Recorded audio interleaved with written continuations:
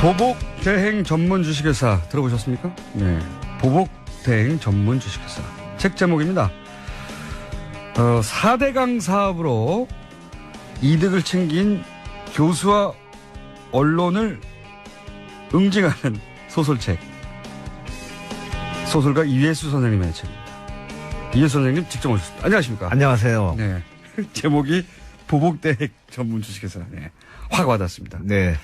내용이 근데 4대강 사업으로 돈을 챙긴 교수, 언론을 응징하는 겁니까? 네.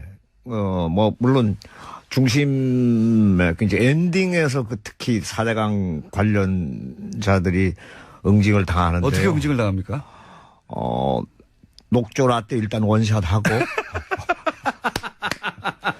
그리고 이제 그 원흉으로 상징되는 인물이 있습니다. 딱히 누구라고 이름을 거론할 수는 없습니다만은 소설 속에서는 MS로 지칭되죠. MS로 지칭. 예, 그 경상도 말로 문디 새끼의 그 이니셜입니다.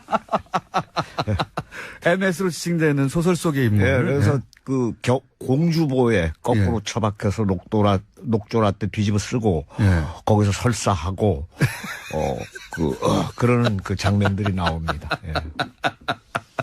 아니 근데 왜 소설의 소재가 이게 10년 만에 10몇 년 만에 쓰신 소재 아닙니까? 네. 소재가 어떻게 4대강이 됐나요? 근데 제가 볼 때는 사실은 세상이 너무 썩어서 이제는 마침내 그 생명의 근원이 되는 물조차도 다 썩어 문드러지게 만들었는데 그것은 제가 생각할 때는 인간이 썩었기 때문에 물조차 썩는 시대가 왔다고 생각했습니다. 그래서 4대강이 그걸 상징한다고 보셨군요. 네네. 그리고 인간 세상을 썩지 않게 만들어야 되는 방부제 역할을 해야 할 사람들이 오히려 부패 촉진제 역할을 했다 이렇게 단정을 하고 이것을 소설 속에서라도 응징을 해야 되겠다. 응징을 해야 되겠다 이렇게 생각을 했습니다. 응징의 주체는 누가 되는 겁니까 소설 속에서? 정동원이라고 하는 주인공인데요. 30살의 그 은둔형 외톨이입니다. 은둔형 외톨이. 외톨이인데 선생님의 저의 그 옛 모습이죠. 페르소나입니까? 예, 소설 속에서. 예. 그래서 그 젓가락 날립니까 그 친구가? 아니 그렇지는 않습니다만은 나무들과 대화가 가능한 나무들과 대화가 가능한 채널로입니다. 나무들과 평소에 대화를 하다가 이 4대강 사업이 끼치는 폐해를 직접 경험하고 본인이 직접 나서서 이들 응징하는 나무로부터 정보를 얻죠. 나무로부터 정보를 그러니까 그 응징을 당해야 할 사람들의 비리 누구를 만났는지 어떤 일을 했는지 이것을 집안에 다 나무 한 그릇씩은 화분이든 식물 하나씩은 키우지 않습니까? 그래서 그 백냥금이라고 하는 식물로부터 정보를 얻습니다. 식물들이 국정원 역할을 하는 거네요. 그렇습니다. 예, 맞습니다. 국정원 식물들이 정보를 이 그 30살의 주인공에게 전해주고 원래는 이제 나무들과 대화하고 이렇게 자연 속에 살던 인물인데 도저히 그냥 지나갈 수는 없다. 그래서 차단했습니까? 이 사람들은? 그 식물들을 대개 보면은 거의 그 동물하고 다른 점이 뭔가 하면은 한 자리에 붙박여서 딱 선체로 다 생존을 의식주 문제를 해결하지 않습니까? 그래서 저는 조금 동물들보다는 그 생존에서 상당히 좀 신사적이고 그야말로 헌신적인 이런 생명체로 봤습니다. 이 4대강의 그 욕망에 그 매몰된 인간들을 동물적이라고 보셨고. 그렇죠. 예, 그렇습니다. 자기 자리에서 자기 역할을 해나가는 소시민들을 이제 식물적이라고 보신 거네요. 그래서 이런 소시민이 복수에 나서는. 그렇습니다. 녹조 라떼를 퍼먹게 함으로써.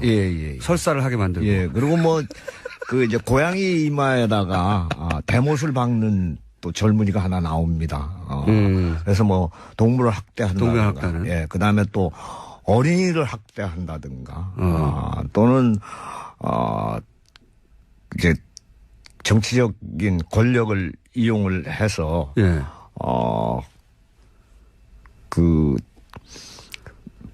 부당하게 이득을 취한다든가 사람을 괴롭히는 이런 이제 정치가들도 응징을 당합니다. 국회의원들이 네. 그 소설 속에서는 풍자 소설이라고 말하자면 그 제가 생각할 때 우리 문학의 장점은 고전부터 현대에 이르기까지 깊은 해학과 철학이 담겨 있죠. 그래서 저는 그 해학과 풍자가 사실 우리 소설의 장점이라고 생각합니다. 선생님 소설이 항상 그렇긴 한데, 근데 이 소설은 또 특이한 것이 웹소설이라는 형태로 처음에 시작된다. 네. 웹소설이라는 게 인터넷에 연재하는 소설인 겁니까? 그렇습니다. 웹툰처럼. 웹툰 요즘 만화 연재 많이 하는데 소설책을 그러면 이 소설을 달락달락 계속 연재 오신 거예요? 네. 이거 몇 년간 연재하신 겁니까, 이게? 몇 달 되지 않았습니다. 그러니까 그 웹소설은 거의 그 일주일에 5번 정도를 쉬지 않고 연재해야 되기 때문에 매일매일 하시는군요. 그래서 상당히 빠른 기간 내에 작품도 제가 이제 제작을 했고요. 이런 형식을 취하신 이유가 뭔가요? 이제는 소설도 혁명이 필요한 시대가 왔다고 생각을 합니다. 책도. 그러니까 너무나 많은 재미있고 그리고 독자를 서점으로부터 뺏어가는 이런 매체들이 만연해 있기 때문에. 팟캐스트 같은. 그래서 맞습니다. 그 열등감 굉장히 느꼈어요. 저는 사실 팟캐스트 이런 거 보면은 막 조회수 엄청나게 올라가지 않습니까? 근데 사실은 책은 안 팔리는 시대가 왔습니다. 그래서 이제 혁명이 필요하다. 책의 형식에도. 네네. 그래서 그러면 이런 웹소설의 형식이면 실제 중간에 끊임없이 피드백을 받아서 그 줄거리도 바뀌어갈 수도 있고 그렇잖아요. 네, 약 그 3,000명 정도가 사실은 그 댓글을 달았고요. 그리고 40만이 넘는 구독자가 최단기간에 그 소설을 구독했습니다. 선생님 소설이 항상 뭐 인기니까요. 근데 이게 외부로 연재되니까 더더군다나 본인들이 이 소설이 어떻게 진행될지에 대해서 참여하고 싶기도 했을 것 같고 그런 것도 영향을 주면서 이렇게 주고받는 소설이 됐나요? 실제 영향을 받으셨어요? 제가 댓글은 달았습니다만은 이제 어쨌든 기존 그 소설 속의 기전은 제 소설이 홍익인간의 정신에 부합하는 소설이 되기를 바랬습니다. 그러니까 인간을 널리 이롭게 하는 소설이 됐으면 이런 생각을 했죠. 제가 궁금했던 건 뭐냐면 웹에서 이렇게 실시간으로 피드백이 있으면 주고받으면서 소설이 발전해 가고 방향도 그렇습니다. 영향을 미칩니다. 그래서 사실은 마지막 부분에 제가 이제 독자들께 질문을 던지는 게 하나 나옵니다. 그리고 모든 독자가 그 질문에 갇혀버리게 만드는 이런 전략이 사실은 그 댓글들을 통해서 제가 느끼게 된 발견해낸 방법입니다. 그러니까 소설가하고 독자들이 일종의 공동 작업을 해가며 소설을 완성해 가는 거네요? 뭐 거의 그렇게 보시면 좋죠. 웹소설은 특히. 이런 거 처음 해보셨죠? 처음입니다. 반응이 뜨겁고 그래서 책으로 이제 출판되는 거고. 네네. 앞으로도 이런 형식의 웹소설이 더 나올 수도 있겠네요? 그렇습니다. 우리나라에서 이렇게 웹소설이 본격적으로 그 기성의 작가에 시도된 적이 있나요? 네. 뭐 박범신 작가라든가 또는 조정래 선생 같은 경우에는 실제로 먼저 책 내기 전에 연재부터 했었습니다. 근데 이제 소설책을 이미 탈고해 놓고 그걸 웹에 연재하는 것과 소설책을 그 소설을 독자들과 함께 계속 만들어가는 건 다른 거잖아요. 다르죠. 그런 형식을 취하신 거죠, 이번에는? 근데 거의 뭐 그 쫓기는 기분은 못 버립니다. 그래서 이게 마감이 작가를 만드는 형식이구나 이런 생각을 했었어요. 매일매일 조금씩 쓰면서 그중에 피드백을 받아서 소설이 살아 움직이면서 독자와 함께 계속 이야기가 발전해가는. 재밌겠습니다. 보복대행 전문 주식회사라는 책이고요. 그래서 이제 결국은 보복은 좀 소박하네요. 녹차 라떼를 퍼먹이는 것으로. 많이 먹나요? 많은 인물들이? 거기 이제 보면은 빙의목이라는 용어가 새로 등장합니다. 빙의목. 네. 그래서 우리나라의 그 재웅이라고 하는 용어가 있는데요. 지프로 만든 사람의 형상입니다. 예. 거기에 이제 바늘을 찌르거나 이렇게 해가지고 어떤 뭐 상처를 낫게 하거나 아니면 또 보복을 수행하거나 하는 그런 형식인데 옛날에 무당들이 쓰던 방식입니다. 주술. 예. 그런데 그 나무가 빙의목을 자처합니다. 자기가 내가 그 사람을 대신하겠다라고 해서 나무가 희생되는 거죠. 그래서 만약에 고양이 이마에 대못을 박은 사람한테는 실제로 그 사람이 되어서 빙의목이 자처하면은 거기 그 나무에 못을 박아서 고통을 함께 나눕니다. 그런 방식으로? 예, 그런 방식이 있죠. 그리고 막 자르기도 합니다. 팔을 자르려면은, 그러니까 나뭇가지 하나를 잘라내면은 팔이 잘리는 고통을 느끼게 되는 것이죠. 보복은 충분히 이루어질 것 같습니다. 저기, 아마도 거기 참여한 독자인가 봐요. 문자 중에 실지렁이를 먹는다고. 그래요? 거기 실지렁이가 그러니까 4대강 최악의 오염 상태일 때 등장하는 번식하는 그 실지렁이. 식물인데요. 뻘에서만 자란다고. 네. 근데 그거를 먹지는 않고 거기 MS의 부인이 한식의 세계화에 종사하지 않았습니까? 그래서 그 한식의 세계화는 실패했고 사실은 거기에 요리에 참여했던 사람들이 사실은 창란을 일으켜서 거기에 그 의식의 그 연갓이라고 하는 것이 있습니다. 그 나무 이제 수령이 높은 나무들이 가능한데요. 자기 자신이 의식의 연가지가 돼서 그 의식 자체가 MS의 의식 속에 들어가서 뇌를 장악해버립니다. 그래가지고, 녹조라떼로 만든 음식을 먹죠. 먹을 때는 맛있습니다. 먹을 때는 맛있는데 먹고 나면 그것이 녹조라떼로 변해버리는 거죠. 그러나서 신체에 이상을 일으킨다. 치명적인. 그러니까 MS가 녹조라떼를 그냥 먹을 수 없으니까 실지렁이라든가 이런 거를 아주 오래된 나무들이 일종의 텔레파시 혹은 염력으로 그 사람 의식을 장악한 다음에 먹게 만들고 맞습니다. 그렇게 복수를 하는 기발한. 자, 워낙 현실 참여도 많이 하시니까 제가 이제 책도 4대강에 관한 이야기이긴 한데 최근의 현상들에 대해서는 어떻게 생각하시는지. 왜냐하면 이런 소재들이 또 소설로 등장할지도 모를 것 같아서 제가 여쭤보는데 예를 들어서 최근에 인사청문회 한창이고 그중에서 뭐 김상조 혹은 특히 강경화 후보에 대해서 말도 많잖아요. 이런 거를 보고는 무슨 생각하셨습니까? 사실 저는 야당 의원들께 한 말씀 드리고 싶은데요.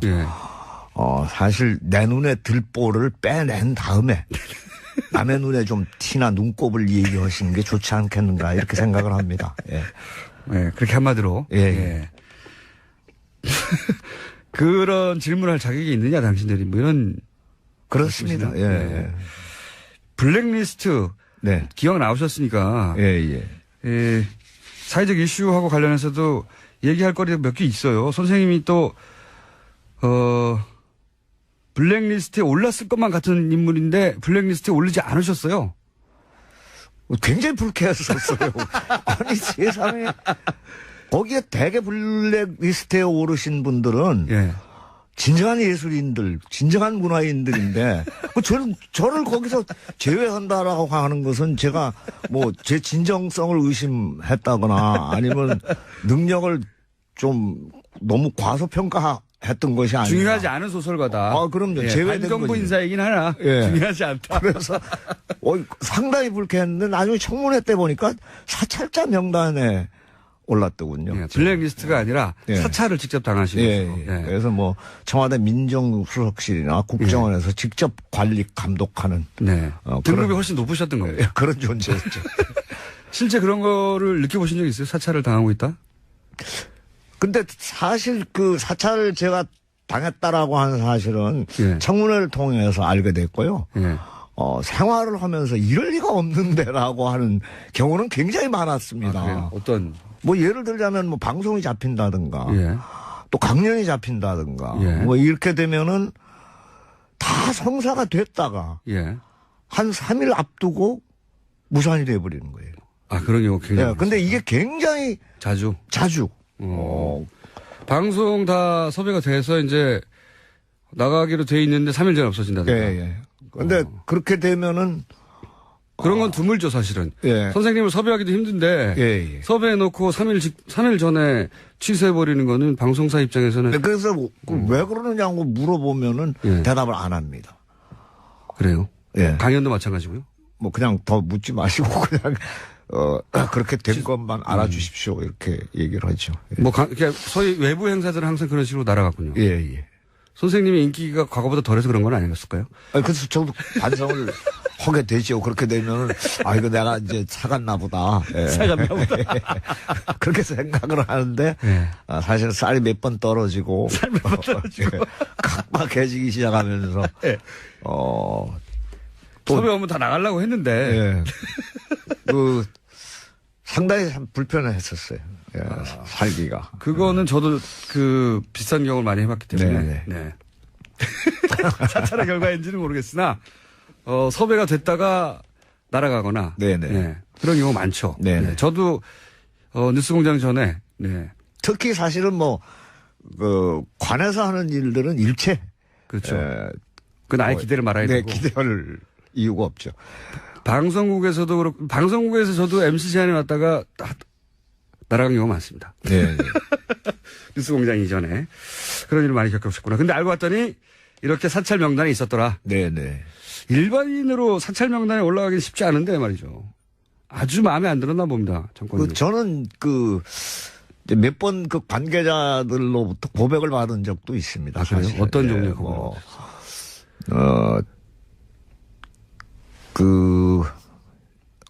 어떤 식사 자리에서 이제 상당한 사회적 지위를 가진 간부로부터 사실은 이명박 정부 때 얘기인데 제가 관심사병들 교육을 계속 했었어요. 제가 사는 화천 지역에는 3개 사단이 주둔하고 있습니다. 근데 이 관심사병이 하나 생기면은 정말 많은 사람들이 불편할 뿐만 아니라 지역 경제에도 지대한 영향을 미칩니다. 그래서 외출 외박이 금지되어 버리니까요. 그래서 저는 특히 또 관심사병들한테 관심과 애정 가지고 이제 교육을 쭉 해왔었는데 저한테 교육받은 사병들은 단 한 건의 사고도 3년 동안 없었어요. 그래서 상당히 성과가 좋았었는데 갑자기. 어느 순간부터 안 보내는 거예요. 근데 그 이유가 나중에 듣고 보니? 나중에 이제 박근혜 정권으로 넘어간 다음에 간부들하고 식사 자리에서 얘기를 들었는데 청와대에서 통보가 내려왔다. 청와대에서? 그렇게. 블랙리스트에 올라가는 사람들은 이제 일반적으로 관리해야 된다고 생각했던 사람들의 수준이고 선생님은 특별히 특별히 청와대에서 직접 관리를 했군요. 고생 많으셨죠? 라디오 하나 제가 하고 있던 게 있거든요. 이예수의 언중육해라고 그래서 사실은 MB 정부를 맹렬하게 이제 질책하는 이런. 라디오에서만 그러셨나요? 내용이었는데 어쨌든 다 해체되어 버렸습니다. 그렇게 이제 쌀독에 쌀이 떨어지고 고생하시다가 이제 12년 만에 낸 책이 보복대행 전문 주식회사입니다. 이제 곧 나옵니까? 아니면 나와 있습니까? 나왔습니다. 나왔습니다. 서점에 찾아보시고요. 오늘은 여기까지밖에 시간이 없는데 저희가 앞으로 자주 모셔야 될 것 같아요. 그죠? 그래 주시면 좋죠. 지금까지 소설가 이회수 선생님이었습니다. 오늘 말씀 감사합니다. 네, 감사합니다. 자주 모시겠습니다. 김어준이었습니다. 내일 뵙겠습니다. 안녕. 원흉으로 상징되는 인물이 있습니다. 딱히 누구라고 이름을 거론할 수는 없습니다만은 소설 속에서는 MS로 지칭되죠. MS로 지칭. 경상도 말로 문디 새끼의 이니셜입니다. MS로 지칭되는 소설 속의 인물. 그래서 공주보에 거꾸로 처박혀서 녹조라 때 뒤집어 쓰고 거기서 설사하고 그러는 장면들이 나옵니다. 아니 근데 왜 소설의 소재가 이게 10년 만에, 10몇 년 만에 쓰신 소재 아닙니까? 네. 소재가 어떻게 4대강이 됐나요? 근데 제가 볼 때는 사실은, 세상이 너무 썩어서 이제는 마침내 그 생명의 근원이 되는 물조차도 다 썩어 문드러지게 만들었는데 그것은 제가 생각할 때는 인간이 썩었기 때문에 물조차 썩는 폐해를 직접 경험하고 본인이 직접 나서서 이들 나무로부터 정보를 얻죠. 나무로부터 정보를 얻죠. 그러니까 그 응징을 당해야 할 사람들의 비리, 누구를 만났는지 어떤 일을 했는지 이것을 집안에 다 나무 한 그릇씩은 뭐 화분이든 식물 하나씩은 키우지 않습니까? 그래서 그 백냥금이라고 하는 식물로부터 정보를 얻습니다. 식물들이 국정원 역할을 하는 거네요. 그렇습니다. 예, 맞습니다. 국정원 식물들이 정보를 이 그 30살의 주인공에게 전해주고 원래는 이제 나무들과 대화하고 이렇게 자연 속에 살던 인물인데 도저히 그냥 지나갈 수는 없다. 그래서 차단했습니까? 이 사람들은? 그 식물들을 대개 보면은 거의 그 동물하고 다른 점이 뭔가 하면은 한 자리에 붙박여서 딱 선체로 다 생존을 의식주 문제.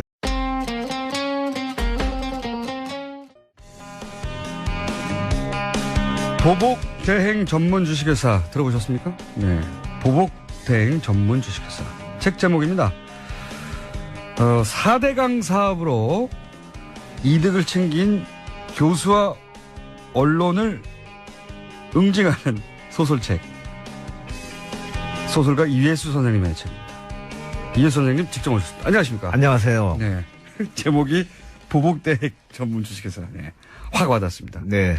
내용이 근데 4대강 사업으로 돈을 챙긴 교수, 언론을 응징하는 겁니까? 네. 뭐, 물론, 중심에, 이제 엔딩에서 그 특히 4대강 관련자들이 응징을 당하는데. 어떻게 응징을 당합니까? 녹조 라떼 일단 원샷하고. 그리고 이제, 시대가 왔다고 생각했습니다. 그래서. 4대강이 그걸 상징한다고 보셨군요. 네네. 그리고, 인간 세상을 썩지 않게 만들어야 되는 방부제 역할을 해야 할 사람들이 오히려 부패 촉진제 역할을 했다. 이렇게 단정을 하고, 이것을 소설 속에서라도 응징을 해야 되겠다. 응징을 해야 되겠다. 이렇게 생각을 했습니다. 응징의 주체는 누가 되는 겁니까? 소설 속에서. 정동원이라고 하는 주인공인데요. 30살의 그 은둔형 외톨이입니다. 은둔형 외톨이. 외톨이인데. 선생님의 저의 그 옛 모습이죠. 페르소나입니까? 소설 속에서. 그래서 그 젓가락 날립니까? 그 친구가?